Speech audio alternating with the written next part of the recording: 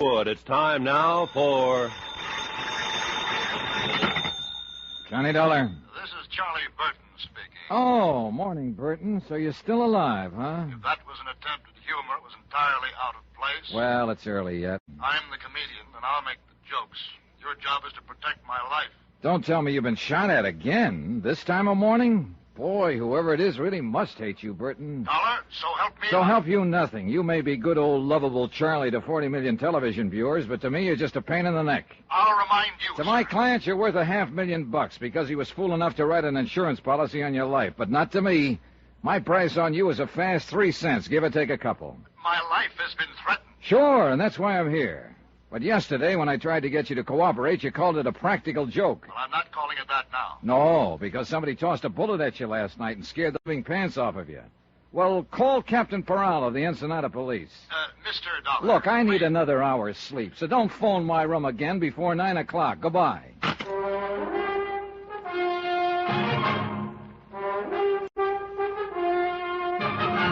Tonight and every weekday night, Bob Bailey in the transcribed adventures of the man with the action-packed expense account, America's fabulous freelance insurance investigator. Yours truly, Johnny Dollar.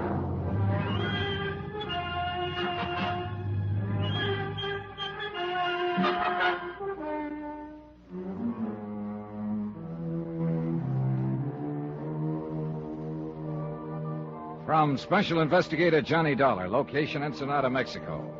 To the Home Office, Union States Casualty Company, Hartford, Connecticut. Assignment, The Laughing Matter. Expense account continued. Item 10, 50 cents, room service on a glass of orange juice. Another hour's sleep was out of the question. Just hearing his voice on the phone left me too mad to relax. One of America's most popular comedians, a living legend. And yet his whole cast, the people down here with him on location, hated the ground he walked on. Personally, I was on their side. But my job was to protect his life from some unknown enemy who'd sent him a threatening note. And last night, the threat had become action in the form of a shot fired from the darkness. It was my job to see that the killer didn't get a second chance. And that's what I was being paid for, and the fact that Charlie Burton was a Class A stinker was irrelevant. Frank Maltz, executive producer of the Charlie Burton Show, and practically the only early patron of the hotel breakfast room, was sitting at a table alone. Good morning, Johnny. I left him sitting in almost the same position at 2 o'clock in the morning. Only the table then was in a backstreet cantina in town. He was apparently remembering it, and he avoided my eyes until the waiter had brought my coffee and gone away. I guess I made quite a fool of myself last night, huh? Oh, when was that? Nice of you to ask, Johnny. This is good coffee. Oh, you'd been making the rounds last night, for whatever reasons, and you felt like talking. But I wouldn't call that making a fool of yourself. All right. Thanks. You were sober enough when I left you. Oh, sure. You just sat there and let me talk it out. Where'd you go, anyway? I came out of the cantina a few minutes later. You disappeared. Captain Peral, Ensenada Police, picked me up in a prowl car. He'd located that maid from the hotel here. We went to her home and talked to her. So? Well, for the moment at least, you and Al and Gloria Dale are apparently off the hook. Oh? The maid says Burton was always annoying her whenever she was on duty here. He was. I told him to lay off. Well, her husband found out and came out here to the hotel yesterday evening. I saw him and his wife arguing out there on the terrace just after dusk. But I didn't know what it was all about at that time. Anyway, that's the last she saw him. He didn't come home last night, and he's still missing. I just talked to Peral on the phone. They've got half the police force looking for him. And you figure he's the one who took a shot at Charlie last night? Kind of adds up, doesn't it? Well, I guess so. I hope they find him, Johnny, before he finds Charlie again. I'd hate to see a poor devil take a rap for killing a louse who isn't worth it. Yeah, I know what you mean.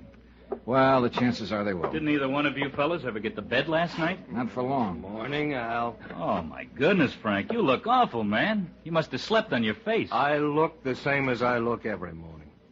Want some breakfast, Al? No, thanks. I'm skipping it.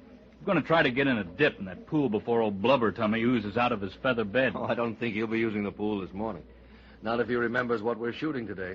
It's that Castaway sequence, isn't it? Yeah, we'll get that first. But later this afternoon, if the light on the water is okay, I want to get those shots of him swimming ashore. Good. Keep him on retakes till he gets waterlogged. It's kind of a slapstick desert island thing, Johnny.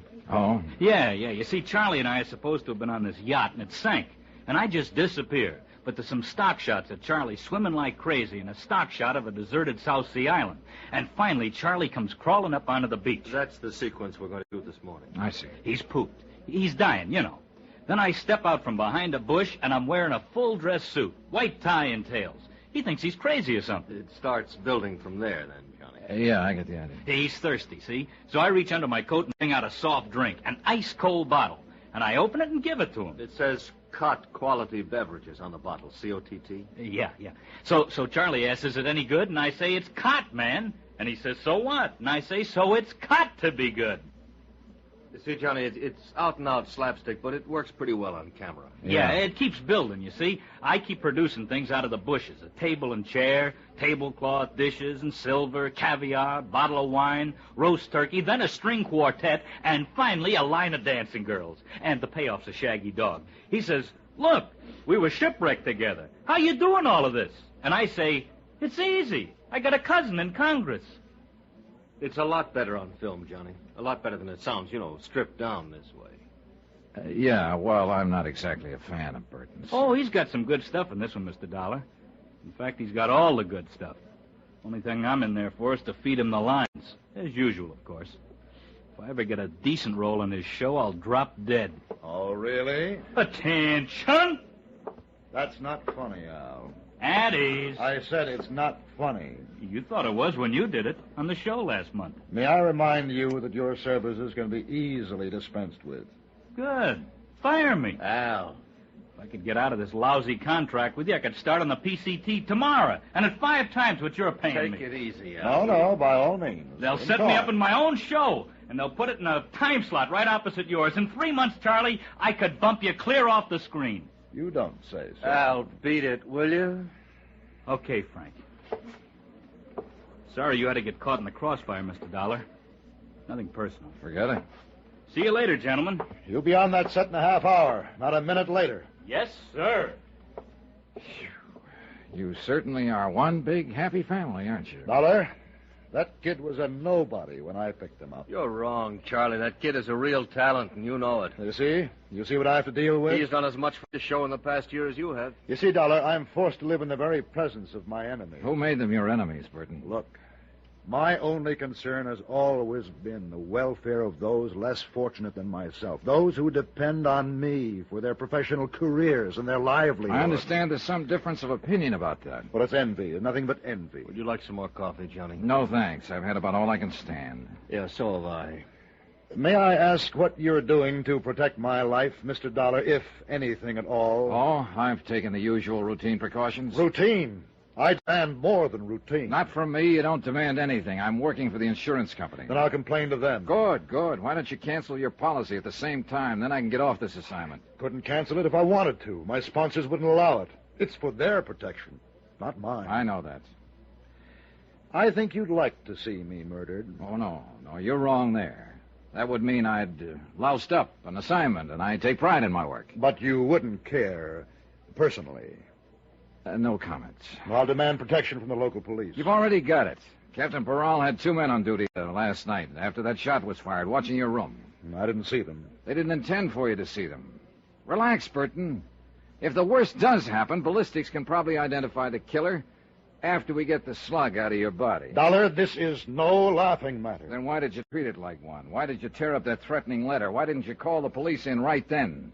Why didn't you cooperate with me yesterday when I got here? And why the devil did you make a pass at an 18-year-old girl in the first place and get her husband out gunning for you? You mean you know who's trying to kill me? If it's any satisfaction to you, Burton, just in case it gets past us, you probably have been killed by a man named Nacho Morales. His wife is a maid here at the hotel, as you no doubt know. That little native girl? Yeah, that little native girl. Well, now, look, both of you. No, I was wrong. I admit it. I just lost my head, I guess. But when a man's under pressure all this time, as I am, he doesn't always think straight. Now, I didn't mean any harm toward her. Maybe you'll be able to convince Nacho of that, if he waits long enough to listen. No, don't, please. I know you hate me. All of you do, but I'm not as bad as you think. You just don't know the load a star has to carry. Then why don't you tell us about it? You, Frank. You don't think I'm being fair with Al. You think I'm holding him back, not giving him a chance. Well, you're wrong. I'm actually carrying him, teaching him things I've learned over the years. Oh, he knows quite a bit now, Charlie. So you don't believe me? You don't think I know what I'm talking about? Well, let's... All right. All right, I'll show you. Al said he was written down in today's sequence. He said that I had the great role. You heard him say it. Well, yes, Then Charlie. let him have it. I'll What? trade with him. You mean that? Yes, I mean it. Let him change any line he wants. If it is style, he can play it any way he likes. I'll take that role he says is so bad, and I'll still come out the star. All right. Charlie, we'll have a go at it. Fine. I'll see you on the set, unless somebody manages to kill me first. Good morning, gentlemen. Oh, I never thought I'd live to see the day. Yeah, that shot last night must have really shaken him up. Oh, that kid will make him look sick, Johnny. He doesn't know what he's in for. Well, there's one way to find out. Oh, wait a minute, Johnny. I've been thinking about something you said. Oh? That maid, Morales' wife, does she speak English? No, just Spanish. Well, what about her husband? Same deal, only Spanish. Well, but the note, Johnny, the murder threat Charlie got, that was written in English. Yeah, I know. The South Sea Island set was built on the beach at the far end of the bay. The technicians and the rest of the cast were already there when Maltz and I arrived, and they started shooting 15 minutes later. Gloria Dale wasn't in the sequence, so she slept in at the hotel. Some of Captain Peral's men were on hand, on the lookout for Nacho Morales, but he didn't show. By 3 in the afternoon, they were nearly finished. They'd shot the last scene once, but Maltz decided on a retake. So Hal sat down again at the fully laid table on the beach, and they started to roll. He poured himself another glass of colored water from the prop wine bottle and began to carve the roast turkey while he exchanged lines with Burton. Then suddenly Al missed a cue, faltered on a line, and Maltz cut the cameras. Al pushed back from the table, stood up slowly, then staggered and fell. I rushed toward him, pushed through the crowd that was gathering, and kneeled down beside him. But he was already dead.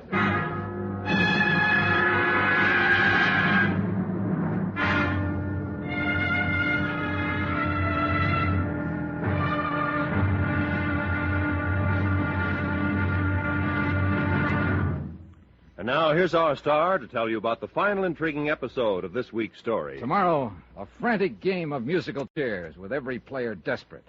Because the loser in this game gets the electric chair. Join us, won't you? Yours truly, Johnny Dollar.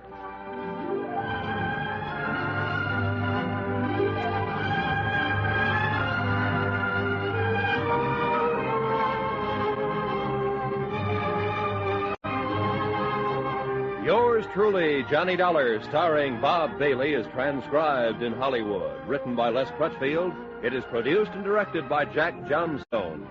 Be sure to join us tomorrow night, same time and station, for the next exciting episode of Yours truly, Johnny Dollar. Roy Rowan speaking.